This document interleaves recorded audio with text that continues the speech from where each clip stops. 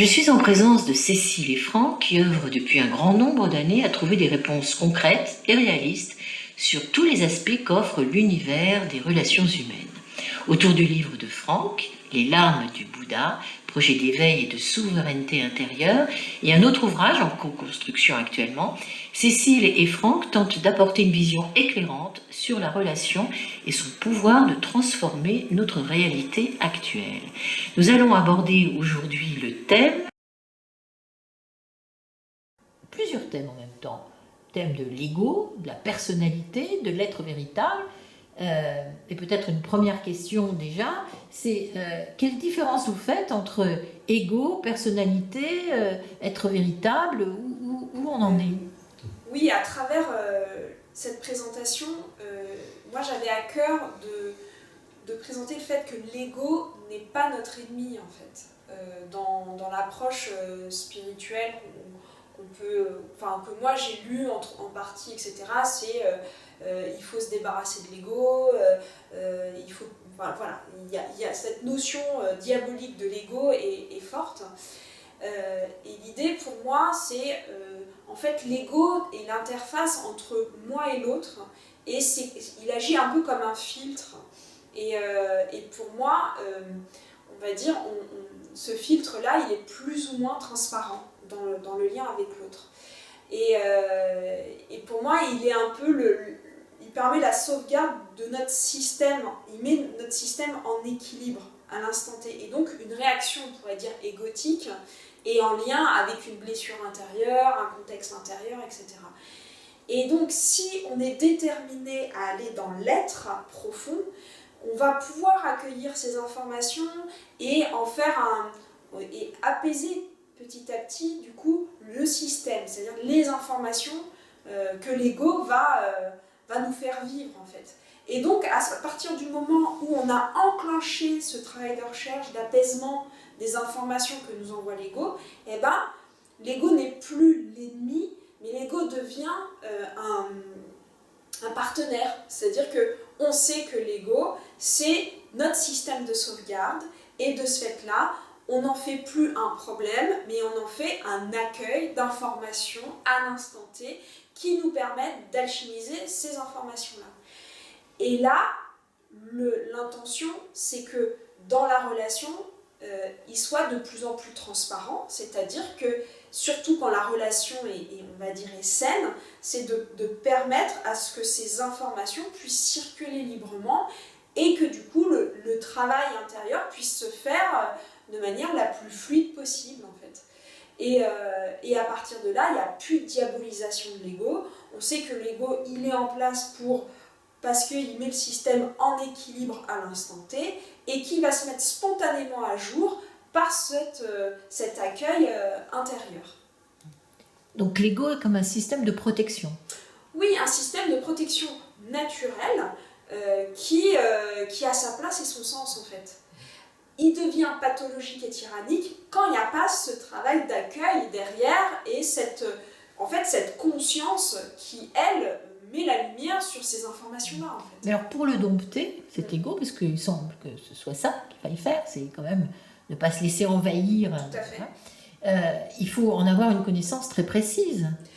Je dirais que c'est un rapport à l'information, c'est-à-dire, ok, j'ai une sensation physique, j'ai une émotion, j'ai une pensée, et de prendre conscience que tous ces systèmes-là font partie du système égotique. Donc en fait, c'est ah tiens, j'ai une pensée de jugement, ou j'ai telle jalousie, ou de percevoir que ces pensées-là sont liées à un système de protection en place. Ok, donc c'est l'observer, mettre de la conscience dessus et faire pour moi ce travail d'accueil. Je dis travail dans le sens c'est ok, je ne suis pas ça, je me désidentifie de ce type de pensée parce que qui je suis vraiment est bien au-delà de ces pensées-là. Donc, et pareil sur les couches émotionnelles par rapport à mes émotions, et pareil sur la couche des ressentis, les douleurs, les sensations physiques, etc. Et prendre conscience que toutes ces couches-là font partie du système égotique. Est-ce qu'on pourrait avoir un exemple Hein, peut-être, ou il a fallu un jour que tu domptes cet ego qui t'a fait réagir, etc.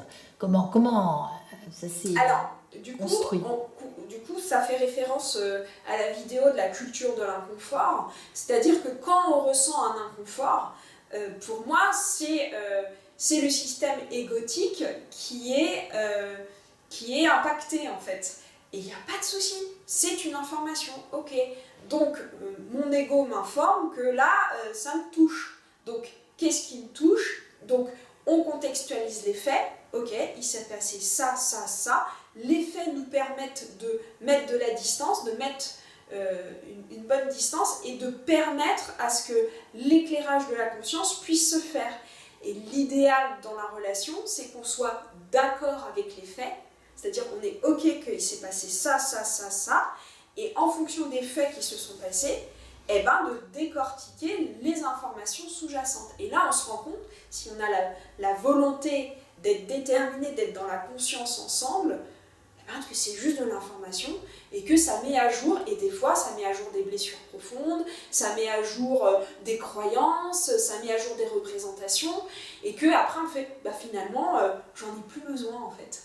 Et tu m'as permis, par le jeu de la relation, tu me permets du coup de voir que c'est obsolète. Cette dynamique-là dans mon système est obsolète, et en mettant de la lumière dessus, bah, spontanément, tout mon système se met à jour, et du coup mon ego, je dirais, est renouvelé, on va dire la nouvelle forme, et c'est pas un problème. Et il va, du coup, quand on est dans cette dynamique, on va dire, sereine des événements de la vie, quels qu'ils soient, et ben du coup, on sait bien que l'ego, il va nous envoyer les informations qui sont nécessaires à traiter à l'instant T. Et du coup, il y a bien une coopération qui se met en place entre l'ego et la conscience en nous-mêmes.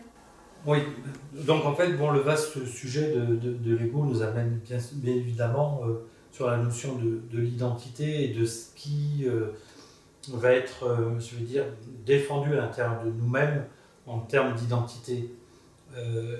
Pour moi, je dirais la personnalité est un disque dur d'informations avec une foultitude de programmes, d'informations qui sont prédisposés à réagir ou à agir, quelles que soient les circonstances ou les événements qui vont se produire. Et c'est ce qu'on va nommer l'ego, c'est-à-dire c'est quelque chose qui est déjà préprogrammé à fonctionner par rapport à un événement qui vient nous toucher. Donc c'est comprendre qu'effectivement, on ne peut pas se satisfaire uniquement d'une réponse au monde, d'une réponse aux autres, à travers quelque chose qui soit déjà conditionné par le familial, le culturel, l'ethnique et autres. C'est-à-dire, en fait, il y a plein de référents qui nous prédisposent, en fin de compte, à être l'expression de quelque chose qui est déjà défini. Et la fonction égotique, c'est de pouvoir, je dirais, donner le sentiment de sécurité dans le lien, dans la relation à l'autre, par le fait que j'aurai obligatoirement, par défaut, une réponse à fournir par rapport à un événement qui vient me toucher. Ce qui n'est pas obligatoirement la réponse la plus adaptée, la plus judicieuse, la plus lumineuse, la plus respectueuse non plus, parce que derrière, en fait, il y a tout un arsenal réactif qui est prêt à bondir sur tel ou tel événement pour essayer de conserver, en fin de compte, une sécurité intérieure.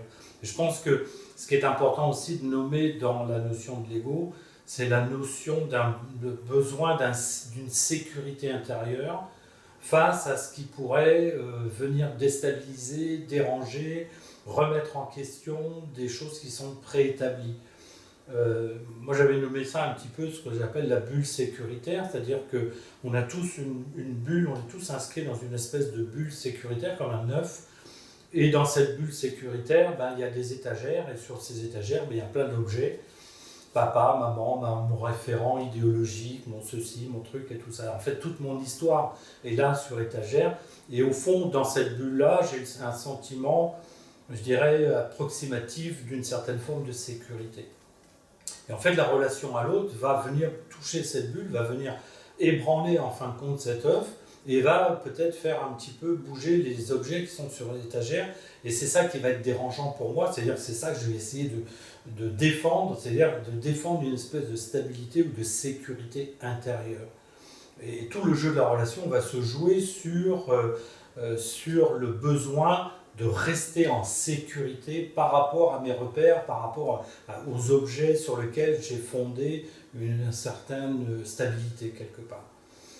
C'est important de comprendre qu'effectivement, je dirais, on est inscrit dans un jeu de relations, mais sous le fait d'être, je dirais, d'avoir à défendre une sécurité intérieure. Et donc cette sécurité intérieure, effectivement, elle peut bloquer le passage, l'accès à une autre forme d'intelligence, à une autre forme de conscience qui pourrait, en fin de compte, venir complètement réformer ce qui est préétabli en moi, ce qui est déjà préprogrammé à l'intérieur de moi, et qui fait que je pourrais avoir une autre réponse, à la fois énergétique, vibratoire, comportementale, face aux événements. Et donc, je dirais, cette bulle, il faut qu'elle ait une fonction, c'est-à-dire qu'elle ait une fonction osmotique, c'est-à-dire qu'elle puisse laisser passer, je veux dire, la lumière, et qu'elle puisse effectivement, je dirais, ne pas être dans l'insécurité quand des choses sont déstabilisées à l'intérieur de moi. C'est la fonction de la conscience qui vient, je veux dire, qui peut donner à la fois réorganiser complètement mon théâtre psychique, et faire qu'effectivement, là, il y a un processus évolutif, c'est-à-dire, en fait, si on pouvait dire ça, ma trajectoire spirituelle ou ma trajectoire de conscience, c'est de laisser de plus en plus passer une lumière qui vienne installer ou réinstaller une autre façon de traduire le monde, une autre façon de me présenter au monde, une autre façon de recevoir de l'information. Ce qui est important, il n'y aura pas d'évolution si cette bulle sécuritaire est un blocos qui laisse passer ni l'oxygène ni la lumière, et donc je serai dans une espèce de sclérose, dans une espèce d'œuf un petit peu asphyxié, dans lequel il ne va pas se passer grand-chose que ce qui est déjà établi et qui va se répliquer.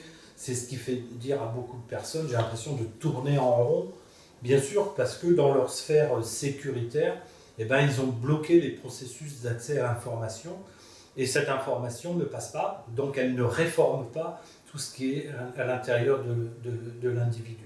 Et donc ça va se jouer effectivement dans le jeu de la relation, par le fait arrête de m'insécuriser, quoi. Arrête de me déstabiliser, arrête de remettre en question l'objet que j'ai mis à cette place-là et qui est parfaitement bien à cette place-là. D'accord ? Et c'est ça qui va se jouer aussi dans le jeu confrontant et dans ce qu'on disait tout à l'heure sur la notion de l'inconfort, c'est-à-dire l'inconfort, c'est de pouvoir permettre que l'autre puisse déplacer des objets à l'intérieur de mon petit musée un petit peu poussiéreux. Oui, alors pour donner un exemple concret, ça s'est passé le jour de mon anniversaire. Donc il y a une tierce personne qui est venue interpeller notre couple et par l'intermédiaire de Franck. Et en fait, ça a été je l'ai vécu extrêmement violemment dans mon système. Et je pense que le fait que ça se passe le jour de mon anniversaire a amplifié en fait le ressenti intérieur. Et donc, ce ressenti fort en émotion et que je l'ai traduit à Franck, ça l'a mis, tu vas me dire si tu es d'accord avec ça, vu les circonstances, ça a poussé Franck à aller chercher dans son histoire personnelle, qu'est-ce que ça venait interroger en fait. Et donc, je t'ai vu à ce moment-là mettre à jour un schéma répétitif de ton enfance, oui, que tu as vu presque instantanément. C'est-à-dire que l'intensité émotionnelle dans laquelle je vivais les choses, et tu l'as reçue, et tu as tout de suite interrogé, mais en fait, ça interroge quoi de mon histoire ? Et là, il a vu le schéma et en mettant de la lumière sur ce schéma-là, déjà moi je me suis sentie entendue enfin sur mon état intérieur et aussi d'interroger, en fait, de dire bah oui, effectivement je le vis fortement, c'est une émotion forte, mais il y a de l'information, il y a plein d'informations et en fait il y a plein d'informations sur différentes couches, c'est-à-dire qu'il y a des informations pour moi, il y a des informations pour Franck, et il y a aussi des informations sur l'entité couple. Qu'est-ce qu'on accepte de l'extérieur par rapport à l'entité couple, et qu'est-ce qu'on n'accepte pas. Et donc, comment ça vient aussi, la remise en question de notre couple, comment ça vient mettre aussi en une forme, pas d'insécurité, mais d'inconfort, voilà, d'inconfort profond pour le couple. Et du coup, qu'est-ce que nous choisissons ensemble, du coup, qu'est-ce que nous mettons à jour ensemble, et qu'est-ce que nous autorisons aussi, voilà, vis-à-vis de l'extérieur, de toucher ces sujets-là ou pas. Et là, on a mis 4 jours ensemble pour traiter l'information. Et à ce moment-là, il y a quelque chose chez toi qui on va dire, qui s'est révélé. Et libéré. Et libéré en même temps. Et tu as pu spontanément, de manière très équilibrée, en toute neutralité, en disant non, notre couple, il est à cet endroit-là, et moi, je garantis cet espace de sécurité pour le couple. Alors, qu'est-ce qui s'est joué exactement? C'est-à-dire, il y a quelque chose qui s'est passé, il y a un événement. Donc là, ton ego, Cécile, n'a pas été à un moment mis sous bonne garde, on va dire. Ça a fait réagir l'ego de Franck. Et ça a pris combien de temps? Donc on peut vite monter dans les tours quand c'est comme ça. Comment, à partir de là, ça s'est véritablement passé? Parce que ça a duré quand même 4 jours. Ça a duré 4 jours, mais parce qu'il y avait, pour moi, c'est pas un problème les 4 jours, c'est qu'il y avait beaucoup d'informations pour nos systèmes respectifs et pour la mise en œuvre de notre couple. Parce que notre couple, ça fait à peine 2 ans, donc c'est aussi, c'est-à-dire qu'on est un peu comme un enfant qu'on accompagne. Notre couple, c'est comme un enfant, et donc du coup, c'est des informations aussi sur la stabilité de notre couple, qu'est-ce qu'on met en place ensemble, comment on préserve l'espace de notre couple, qu'est-ce qu'on fait rentrer dans nos relations, dans notre couple, et comment on est respecté aussi dans l'entité de notre couple. Enfin, c'est toutes ces questions-là, en fait. Et donc ça informait sur tous ces plans-là. Donc les 4 jours étaient vraiment nécessaires au vu de l'intensité et au vu de l'impact émotionnel. Mais c'est là où moi je dis, il n'y a pas de jugement de valeur là-dessus. Il n'y a pas d'erreur. C'est pas un problème l'ego à ce moment-là. C'est plutôt, ok, il y a une vague d'informations qui arrive qui est telle que ça nous demande 4 jours de digestion et de mise en place pour que la conscience fasse son œuvre et replace les choses, on va dire, à leur bonne place. Oui, à la fois parce que ça remet systématiquement l'éclairage sur sa notion du fait que l'on est inscrit dans une histoire, avec des référencements, je dirais, par rapport à cette histoire, et qu'est-ce que l'on continue à défendre dans cette histoire-là, et pourquoi on continue à le défendre. Parce qu'il y a une forme d'attachement à toutes les représentations qui nous ont construits, et qu'un événement vient déstabiliser, et ça va remettre en question aussi les fondements d'une construction. Mais quand on regarde les choses en profondeur, en fait, on s'aperçoit que ces constructions, en fin de compte, on s'y est attaché bec et ongle, parce qu'il fallait une consistance à notre histoire, il fallait des fondements, il fallait des fondations, des architectures référentielles, concrètes, qui nous ont définis et par lesquelles on s'est défini. Et puis, on est attaché à cette définition, on est attaché à cette représentation. Et la remettre en question, c'est déconstruire en fin de compte tout un socle sur lequel on avait établi une certaine forme de référencement stable, agréable pour soi-même ou fidèle à telle ou telle chose. Dans l'exemple qui est donné là, et sans rentrer dans les détails, ben, je m'aperçois qu'en fin de compte, l'événement qui a été vécu me mettait en fidélité à des éléments qui étaient spécifiques à mes parents et de la façon dont ils entretenaient certaines relations amicales qui étaient faites d'intérêts plus ou moins douteux ou contestables, je ne sais pas quoi, et qu'il y avait des formes de représentation auxquelles moi je m'étais attaché par fidélité aux représentations que mes parents avaient mis en place quelque part, et que ça venait bouger en fin de compte tout un référencement auquel j'étais encore attaché. Et c'est ça qui était vraiment à la fois difficile et à un moment donné libérateur, parce que en fin de compte, ce à quoi je m'étais attaché dans cet événement qui est venu nous déstabiliser, ben je m'apercevais que c'était encore une fidélité à quelque chose qui n'avait pas vraiment de valeur et d'intérêt pour moi et qui n'avait pas fondamentalement un intérêt pour moi. Donc qui pouvait être facilement, comme je disais tout à l'heure, dans les étagères, mis à la poubelle en disant « j'ai pas besoin de ça ». Je suis dans un autre contexte et je nourris la perspective d'un autre contexte que celui qui me rattache à une antériorité à laquelle j'ai plus envie de vivre. Alors là, ça a heurté une fidélité que tu avais à tes parents. Oui. Et si ça avait heurté une fidélité que tu t'étais fait à toi-même? Mais c'est une fidélité à soi-même. C'est-à-dire qu'en fait, globalement, je suis fidèle à quelque chose qui a été introjecté par mon couple parental.